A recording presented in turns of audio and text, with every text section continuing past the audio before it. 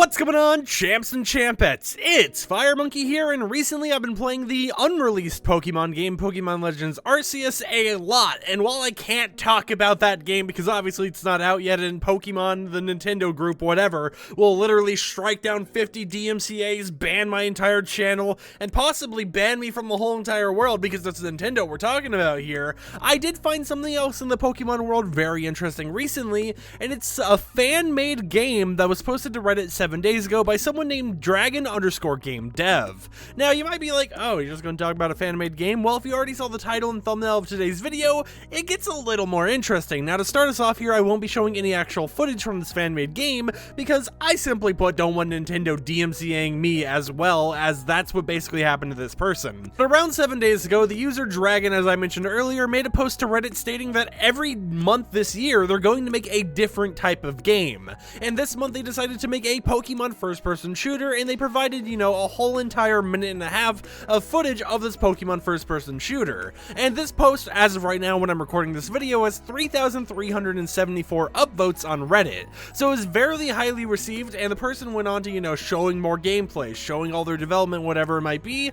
But the thing is, the whole entire point of the game was, hey, you have pistols, you have shotguns, you have assault rifles, you have kind of like hunting rifles, which I guess could also be like a sniper rifle. And what you do is you just shoot Pokemon. And now there wasn't really any gore to this, there wasn't like dismemberment of Pokemon or anything. No, it's pretty simple. The worst part about the game would be, hey, there's a little blood splatter whenever you fully kill a Pokemon. However, they usually just end up flopping forwards or backwards in a very, you know, just normal style. They don't look damaged at all. It just looks like, if anything, they decided to take a nap because they've been up too long. But the main point I'm getting at is that this game just wasn't gory at all. There was nothing like super shock factor about the game at all. It was just a simple game, you know, a fan decided to make within a month to basically work on their whole challenge of making a different game each month. And they had very nicely developed worlds. There was boss battles they showcased in their video, which actually had, like, you know, space skyboxes when you're fighting Mewtwo, a platform in the sky that you're actually fighting them on, Mewtwo duplicating themselves. They had a fully blown system for boss fights for all these Pokemons to use their own abilities and whatever else. So it was a very nicely developed game that if they never put any Pokemon branded stuff in there, and it was simply like, oh hey, you're shooting powerful mythical wizards or zombies or something, nothing would have ever happened. No one would have batted an eye and tried DMCAing this person. But since it's Nintendo, they're like, hey, bonk, you're not allowed to use our characters for anything.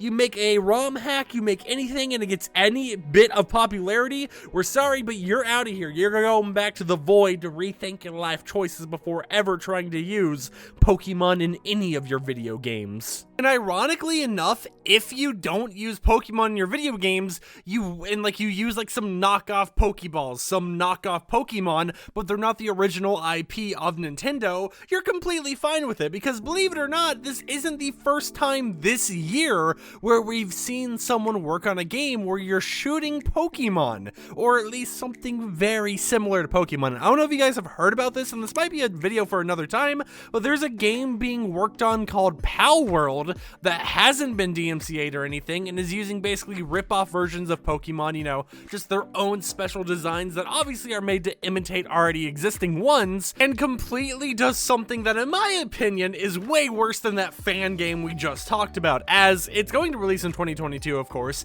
but the main thing about it is basically capturing these Pokemon, or at least these Palmons, these pals, whatever they're called in this game, which are just, you know, knockoff Pokemon, and using them to basically make your guns. Basically, like, I don't know how to say this in an easy to say way, but Palworld basically is you take that fan game, you make it all knockoff stuff, and then you make it 20 times as grim, maybe even like 10 times as grim as what, you know, a company like PETA would make in order to, you know, spread their own message. And the reason why I'm even bringing up this Palworld game is because of the fact that the reason why that game is still alive, that game hasn't been taken down by Nintendo or anything, or stopped from being developed, is because, sure, you know, it has a lot of stuff that's similar to Pokemon, but it doesn't use any of Nintendo's or Pokemon's intellectual property. They actually basically just make their own assets that might look super similar to something you would see in Pokemon, but there isn't really a way for Nintendo to strike it down, because at the end of the day,